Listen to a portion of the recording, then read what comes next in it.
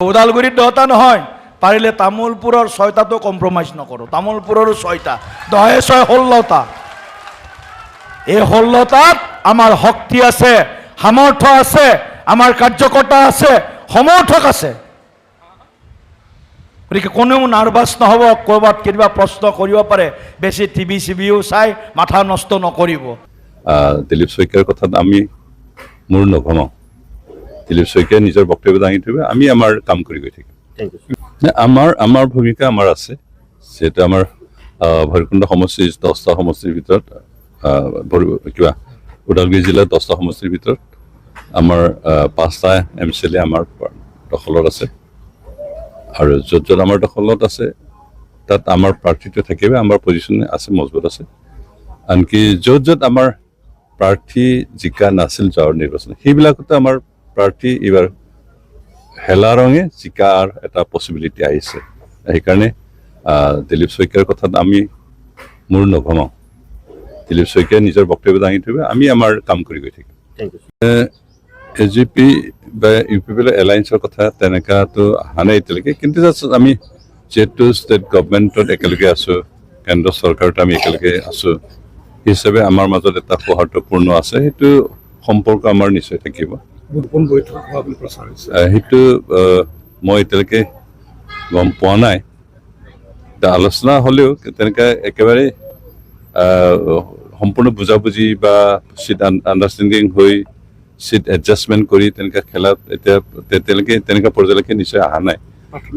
আমি যিহেতু একেলগে আছোঁ চৰকাৰত, সেইকাৰণে আমাৰ এটা বন্ধুত্বপূৰ্ণ সম্পৰ্কতা নিশ্চয় আলোচনা হ'ল। বিজেপিৰ লগত আমাৰ এতিয়াও সম্পৰ্কতা আছে, যিহেতু আমি এতিয়াও একেলগে চৰকাৰ চলি আছোঁ ষ্টেটত, আৰু কাউন্সিলত এতিয়াও চৰকাৰ শেষ হোৱা নাই, এতিয়া আমি একেলগে চৰকাৰ চলাইছোঁ। কেন্দ্ৰৰ চৰকাৰত আমি একেলগে আছোঁ। বিগ ব্ৰাদাৰ বুলি বা বিগ ব্ৰাদাৰ বা স্মল ব্ৰাদাৰ বুলি তেনেকুৱা কথা নাই। তেওঁলোক নেশ্যনেল পাৰ্টি, আমি কিন্তু ৰিজনেল পাৰ্টি। তাৰপিছত এতিয়ালৈকে আমি কেনেকুৱা নিৰ্বাচনত কেনেকুৱা আমি কিবা কৰিম, খেলিম, বিজেপিৰ লগত চিট বুজাবুজি খেলা হ'ব নে বেলেগ বেলেগকৈ খেলা হ'ব, সেই সম্পৰ্কে এতিয়াও খাটাং ডিচিশ্যন হোৱা নাই। এনে বিজেপিৰ ফালৰ পৰা মাজে মাজে প্ৰচাৰ কৰি আছে যে বিজেপিয়ে 40টা সমষ্টিতে কেণ্ডিডেট দিব।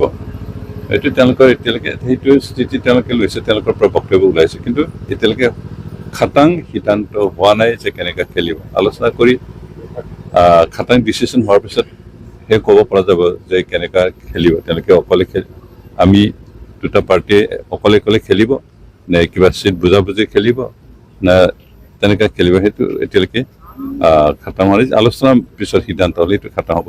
তথাপি আমি UPPL পাৰ্টি হিচাপে লগ হওক নহওক তাৰ লগত আমি চিন্তা কৰা নাই। লগ হ'লে বাৰু একেলগে খেলিম, বুজাবুজিৰ মাজত খেলিম, আৰু যদি বুজাবুজিৰ পৰ্যায়ত নাহে, নিজা নিজে খেলে, তেতিয়া তাৰ কাৰণে আমি সাজু আছোঁ। আমি কাৰো ওপৰত নিৰ্ভৰ কৰি অহা নাই কোনোদিনে। নিজস্ব কিবা শক্তিত নিজস্ব ভৰিত থিয় দি পেলাই আমি নিৰ্বাচন যোৱাবাৰো খেলিছিলোঁ, এইবাৰো খেলিম। আমি বিজেপিয়ে অকলে খেলিব বুলি কোৱাৰ কাৰণে আমাৰ ভয় কৰাৰ কোনো প্ৰশ্ন নাই, কাৰণ আমি জন্মলগ্নৰ পৰা অকলে জন্ম লাভ কৰিছোঁ, অকলে আমাৰ পাৰ্টি সংগঠিত কৰিছোঁ। যোৱাবাৰ নিৰ্বাচন আমি অকলে খেলিছোঁ, আৰু এতিয়ালৈকে যিখিনি ইলেকশ্যন খেলিছোঁ আমি প্ৰতিটো ইলেকশ্যনত জিকি আছোঁ, কোনো ইলেকশ্যন আমি হাৰা নাই। এতিয়ালৈকে সেইটো একো হোৱা নাই, চিট শ্বেয়াৰিং হোৱা নোহোৱাটো। হয়তো আমাৰ যিহেতু বন্ধুত্ব এটা সম্পৰ্ক আছে, সেইটোক লৈ আলোচনা কৰিছে, দেখা যাওক সিদ্ধান্ত কি হয়। সেইটোতো এতিয়া ক'ব পৰা নাযায়, কাৰণ ৰাজনীতিক দলে প্ৰতিটো ৰাজনীতি দলে বিভিন্ন ৰাজনীতি দলৰ লগ ধৰা তেনেকুৱা অধিকাৰটো আছে, তাৰ কাৰণে কাকো দোষাৰোপ কৰিব নোৱাৰিম। আমি জনাত বিজেপি হাগ্ৰামাৰ লগত এটা সময়ত একেলগে চৰকাৰ চলাইছিল, সেই হিচাপে তেওঁলোকৰ এটা সম্পৰ্ক থাকিব। পাৰ্টি হিচাপে সম্পৰ্কই হওক বা ব্যক্তিগত হিচাপে সম্পৰ্ক হয়, তেনেকুৱা সম্পৰ্ক থাকিব, আৰু সেইকাৰণে সেইটো সম্পৰ্কলৈ হয়তো হাগ্ৰামৰ মহিলাক জয়ন্ত মল্ল বৰুৱাই লগ ধৰিব পাৰে, আৰু তাত আমাৰ ক'ব লগা একো নাই। সেইকাৰণে আমি সেই লগ ধৰা ধৰিটো বেয়া পোৱা প্ৰশ্নও থাকিব নালাগে, যিহেতু সকলো ৰাজনৈতিক পাৰ্টীৰে যিকোনো ৰাজনৈতিক দলক যিকোনো সময়ত লগ ধৰি কথা পতাৰ অধিকাৰটো আছে, আৰু সেইটো আইন বিৰুদ্ধ নহয়।